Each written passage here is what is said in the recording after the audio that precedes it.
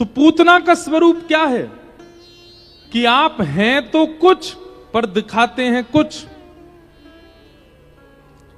हैं तो बहुत कुछ पर दिखाते हैं कुछ कुछ।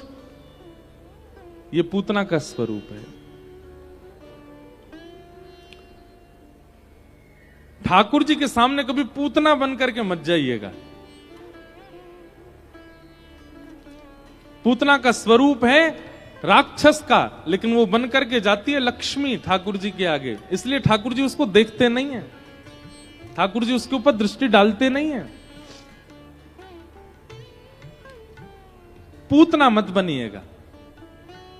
आप अगर नाम जप नहीं करते तो स्वीकार करो नहीं करते। आप क्रोधी हो तो स्वीकार करो आप क्रोधी हो। आपके चित्त में ईर्ष्या है, ठाकुर जी के आगे स्वीकार करो, उससे मुझको ईर्ष्या होती है, नाथ कृपा करो मेरी ईर्ष्या घटाओ। और एक बात हम आपसे एक सूत्र बताएं। कई लोग कहते हैं क्रोध कैसे कम हो, ईर्ष्या कैसे कम हो, मेरे मन में बहुत पाप आ जाता है महाराज जी, क्या करें हम, कैसे करें। हमारी बात बहुत ध्यान से सुनिएगा। सिर दर्द की दवाई रोज नहीं खाई जाती। कब खाई जाती है? जब सर दर्द हो तभी खाई जाती है। नाम जप रोज किया जाता है क्योंकि वो रसायन है। एक होती है औषधि और एक होता है रसायन। औषधि और रसायन में अंतर ये होता है कि औषधि तब ली जाती है जब बीमारी हो, और रसायन बीमारी ना हो तो भी ली जाती है।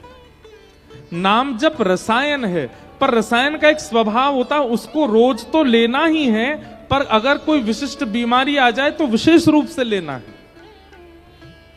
हमारी बात बहुत ध्यान से सुनिएगा।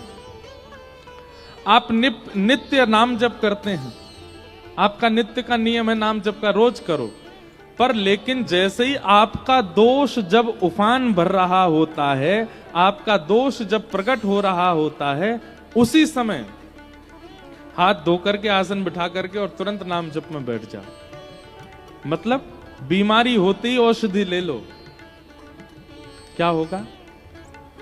धीमे धीमे, एक साथ नहीं, धीमे धीमे, एक बार, दो बार, तीन बार, चार बार में ऐसा हो जाएगा कि आपका वह दोष अपने आप कम होने लग जाएगा। जब जब ईर्ष्या प्रकट होती है किसी को देख करके, सामने वाला बहुत सुंदर लग रहा है, सामने वाला बहुत ज्यादा धन कमा रहा है, सामने वाला आपसे ज्यादा ख्याति प्राप्त कर रहा है, आपके चित्त में ईर्ष्या हो रही है, घर आइए, हाथ धोइए, पैर धोइए, तुरंत आसन बिछाओ, मन में वो उसी का चिंतन चल रहा है, ईर्ष्या हो रही है, नाम जप लीजिए, तुरंत करने लग जाइए। और नाम जप कैसे करना चाहिए? केवल नाम नहीं बोलना चाहिए, जिस नाम को आप बोल रहे हैं उसका चिंतन होना चाहिए। हरे कृष्ण कृष्ण कृष्ण हरे हरे, हरे राम राम राम हरे हरे। जब महामंत्र का उच्चारण करें तो हरे कृष्ण बोलते समय आपके चित्त में श्री कृष्ण की भिन्न भिन्न झांकियां आनी चाहिए। हरे कृष्ण एक बार बोलते ही राधा रमण, हरे कृष्ण दूसरी बार बोलते ही राधा वल्लभ, कृष्ण कृष्ण बोलते ही गोपीनाथ मदन मोहन, हरे हरे बोलते ही बांके बिहारी, हरे राम बोलते ही अयोध्या नरेश प्रभु श्री राम, हरे राम बोलते ही चित्रकूट निवासी श्री राम, राम राम बोलते ही रावण वध करता श्री राम, हरे हरे बोलते ही कौशल्यानंदन श्री राम। ऐसा चिंतन के साथ जब आप नाम जप करेंगे, वो नाम जप आपके उस दोष को घटा देगा। आप 1 महीने में ही अंतर देख लेंगे। आपका क्रोध घट गया, आपका काम घट गया, आपका लोभ घट गया, आपकी ईर्ष्या घट गई। जो दोष आपके चित्त में बहुत सहजता से प्रकट होता था, अब वो घटने लगा है। ये नाम जप का प्रभाव होता है। उसको नित्य तो करना ही है, पर विशेष रूप से जब आपके ऊपर दोष का आक्रमण हो रहा हो तब विशेष नाम जप करो।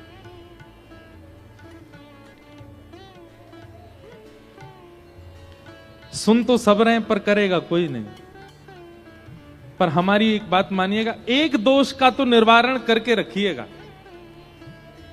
आज ही कथा के बाद अपना एक दोष लिखिए। कौन सा दोष है आपके अंदर जो सबसे प्रचंड है? आप सब जानते हैं अपने आप को। हम कहते हैं कथा में कि मानव को 2 लोग ही जानते हैं, या तो भगवान या वो खुद, तीसरा कोई नहीं जानता उसको। इसलिए अपने किसी प्रचंड दोष को, प्रचंड मतलब भयानक दोष जो आपके अंदर कूट कूट के भरा हुआ है, आज उसको लिखिएगा और आज से ही प्रयास कीजिए, अब मुझे इसको घटाना है। इसकी मात्रा मेरे अंदर कितनी है? 100% है, पूरा पूरा है, बिल्कुल भी 1% कम नहीं है। लग जाइए आज से। जब जब ये प्रकट होगा, अगले 1 महीना 1.5 महीना तक, तब तब नाम जप करूंगा, चाहे रात्रि 2 बजे ही क्यों ना हो। अगर 2 बजे भी आपका दोष प्रकट हो रहा है, तुरंत आलस्य छोड़िए, हाथ मुंह धोइए, तुरंत नाम स्मरण में बैठ जाइए। धीमे धीमे धीमे धीमे आपका वह दोष 100%, हमको तो नाम पर इतना विश्वास है कि 100 से 0 हो जाएगा, 100 से 50 होगा, 100 से 70 होगा, 100 से 60 होगा, ये बोलना ही नहीं है मुझे। हम तो व्यास मंच से कहेंगे 100 से सीधा 0 होगा नाम जप का ये प्रभाव। तो दोष सब में है। मैं व्यास मंच पर बैठा हूं, मुझ में कोई दोष नहीं है, ऐसी घोषणा मैं कभी नहीं कर सकता। मुझ में भी है, दोष सब में है, और निर्दोष इस संसार में कोई हो ही नहीं सकता। आप कलयुग में रह रहे हैं, एक दोष तो आपके अंदर रहेगा ही रहेगा। पर हमारा कर्तव्य क्या है? जैसे हम कर्तव्य धन को कमाना समझते हैं, जन्म लिया है तो धन कमाना पड़ेगा, जन्म लिया है तो विवाह करना पड़ेगा, जन्म लिया है तो घर बनाना पड़ेगा, जन्म लिया है तो संतान वर्धन करनी पड़ेगी। ऐसे हमारा कर्तव्य है। जन्म लिया है तो मृत्यु से पहले पहले निर्दोष बनना पड़ेगा, सारे दोष नष्ट होने चाहिए हमारे, ये कर्तव्य है हमारा। नहीं तो पुनरपि जननम पुनरपि मरणम पुनरपि जननी जठरे शयनम। आद्य गुरु शंकराचार्य कहते हैं फिर जन्म लो, फिर से कर्म करो, फिर से। कितने थक जाते हैं हम। इसलिए हमारी आपसे प्रार्थना है, आप यदि कथा में आए हो, आप यदि सत्संग में बैठे हो, आप यदि संतों के दर्शन कर रहे हो, आप यदि वृंदावन जा रहे हो, तो इसका मतलब आप चुने गए हो करोड़ों खरबों लोगों में कि भाई तुम अपना परिवर्तन करो। उसके बाद भी अगर हमारी चिंता नहीं बढ़ रही है दोषों के प्रति, कोई बात नहीं, पर नियम से नाम जप रोज कीजिए। पर हम विशेष कहेंगे, विशेष तब कीजिए जब आपका दोष प्रकट होता है। जैसे एक, अब यहां मंच से हम कई बातें तो नहीं कह सकते, कई दोषों के बारे में तो नहीं बता सकता मैं, पर कुछ दोषों के बारे में बता सकता। जैसे किसी किसी को पानी पूरी बहुत बढ़िया लगती है, महाराज कहीं पर चटपटा पानी की पूरी बन नहीं हो तो उसके जीभ में वैसे ही पानी आ जाता, बोले ओहो मुझे खानी है, मैं कैसे खाऊं। किसी को समोसा अच्छे लगते हैं, किसी को जो है मीठा अच्छा लगता है। इसी पे ही प्रयास करके देख लो, जब जब इच्छा प्रकट हो जिह्वा में, तब तब नाम जप प्रकट कर दो, नाम जप करने लग जाओ। पानी पूरी खाने की इच्छा हो रही है, आप नाम जप में बैठ जाओ, आप थोड़ी देर में देखेंगे कि आपकी इच्छा समाप्त हो जाएगी। और फिर आपके सामने प्रस्तुत भी अगर कर दिया जाएगा, लो पानी पूरी खाओ, आपको मन नहीं है, अब नहीं खाना, ये इस प्रकार से आपकी इच्छाएं समाप्त होंगी, आपके दोष समाप्त होंगे। नाम जप। तो पूतना का दोष क्या है? वो जितनी बुरी है, वो जितनी राक्षसी है, वो जितने दोषों से युक्त है, सब पर आवरण चढ़ा करके गई है। अपने आप को बहुत अच्छा दिखा रही है, सुधरा हुआ दिखा रही है, सुंदर दिखा रही है, गुणवान दिखा रही है। सब रीझ गए उससे, पर श्याम सुंदर नहीं रीझे। इस बात का प्रमाण है कि अगर कोई व्यक्ति अपने दोषों को ढकता है, यहां तक भी ठीक है, पर ढक करके अच्छा बनाकर अच्छा दिखाने का प्रयास करता है, ठाकुर जी उससे प्रसन्न नहीं होते। ठाकुर जी उससे प्रसन्न नहीं होते।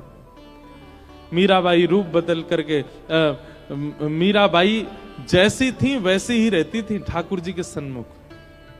कहो तो कुसुमल साड़ी रंगावा, कहो तो भगवा भेष, कहो तो मोतियन मांग भरावा, कहो छटकावा केश। मीराबाई का अपना कोई स्वरूप नहीं है, जिससे श्याम सुंदर रीझे, वो मेरा स्वरूप है। पूतना रूप बदल करके गई, कोई नहीं रीझा, सब रीझ गए, पर ठाकुर जी नहीं रीझे। ठाकुर जी जैसे ही उसकी गोद में गए, उसके पयोधर का पान किया, विष को पिया, दुग्ध को पिया, गाढ़म कराभ्याम, जैसे ही भगवान ने कस करके उसके प्राणों को पीना प्रारंभ किया, भगवान प्रपिड्यत प्राणी शमम रोष शमन वितो पिबत, जैसे ही प्राणों को पीना प्रारंभ किया अपने वास्तविक रूप में आ गई, राक्षसी बन गई। सामुंच मुंचाल मिति प्रभाषणी, अरे बालक छोड़, अरे लाला छोड़, खूब चिल्लाई, लेकिन ठाकुर जी ने उसको छोड़ा नहीं। जैसे ही प्राण पिए पूतना का शरीर धड़ाम से गिरा और पूतना का वध हो गया। बोलो पूतना मर्दन भगवान की जय। इसलिए हमारी एक बात बहुत ध्यान से सुनिएगा, अगर आपके अंदर दोष हैं तो दोष ठाकुर जी के सामने जाके कह दिया कीजिए, नाथ मेरे अंदर ये दोष हैं,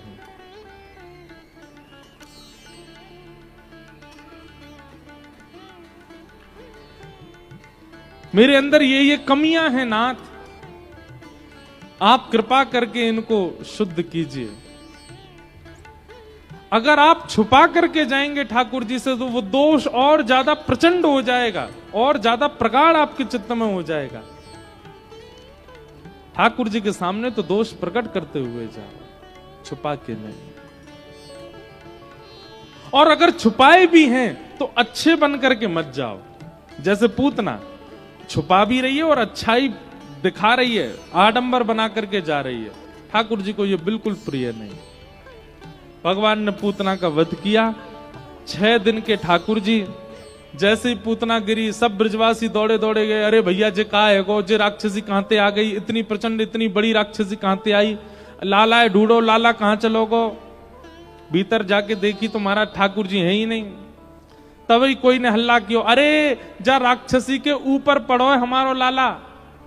ऊपर चढ़ के देखी तो महाराज ठाकुर जी उसके वक्ष पर बैठे थे, लेटे थे। ब्रजवासियों ने जाके ठाकुर जी उतारे, दौड़ करके गौशाला गए, गौमूत्रेण स्नापित्वा, गौमूत्र से स्नान कराया ठाकुर जी को।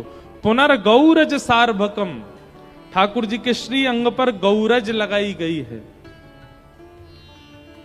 कभी कभी मेरे मन में भाव आता है, दुनिया के लोग इतने सारे प्रोडक्ट लगाते हैं अपने शरीर पर, हमारे ठाकुर जी के स्किन केयर रूटीन पता है क्या है? ठाकुर जी गौमूत्र से नहाते हैं और गौरज लगाते हैं जिससे आपको दुर्गंध आती है, जिसको देख करके सूंघ करके आप भागने लग जाते हो। हमारे ठाकुर जी उसमें सबसे ज्यादा आनंदित होते हैं। गैया से बहुत प्रेम है ठाकुर जी, और गाय की कोई भी सामग्री हो, सबको ठाकुर जी नित्य अपने। बताओ, हम कोई आप लोगों को आज्ञा नहीं कर रहे हैं कि आप भी लगाना प्रारंभ कर दो, कोई ये बात सोच ले। लेकिन हाँ एक बात कह रहे हैं, अगर ठाकुर जी जैसी श्रद्धा है गैया के प्रति, और उसके बाद अगर गौरज, गौमूत्र और गौ गोबर का आप प्रयोग करने लग जाओगे तो वो आपके लिए अमृत बन जाएगा। लेकिन श्रद्धा नहीं है, केवल सुंदर दिखने के लिए या अपने किसी कारण से अगर उन वस्तुओं का प्रयोग करोगे तो निश्चित है कि उससे दुर्गंध भी आएगी और हो सकता है आपको हानि भी हो। लेकिन ठाकुर जी तो उसको अमृत तुल्य मानते हैं, बिल्कुल ठाकुर जी चिंता नहीं करते, परवाह नहीं करते। ठाकुर जी वैसे तो यशोदा मैया नहाती है तो नहाते नहीं है, लेकिन गौशाला में जैसे देखते हैं कोई गैया गौमूत्र कर रही है, सोई ठाकुर जी दौड़ के जाते हैं, उसके नीचे जाकर खड़े हो जाते हैं, स्नान कर लेते हैं उसमें। गौ गोबर गिर जाता है तो गो रोचन तिलक की है, ठाकुर जी तुरंत गोबर उठा के अपने ऐसे पत्रावली बना लेते हैं, सिर पे मुख पे रख लेते हैं, गाल पे गोल गोल ऐसे टिप्पी धर लेते हैं गोबर की, और फिर घूमते हैं। ठाकुर जी जैसा विश्वास, प्रेम और समर्पण है अगर गौ के प्रति, तो गौ की एक एक वस्तु आपके लिए लाभकारी हो जाएगी। लेकिन केवल किसी की कही सुनी बात मान करके करोगे तो शायद हो सकता उतना लाभ ना हो। ठाकुर जी को गौशाला ले जाकर के स्नान आदि कराया गौमूत्र से, और ठाकुर जी प्रसन्न हो गए। 6 दिन के हैं ठाकुर जी, ऐसी ठाकुर जी की लीला है।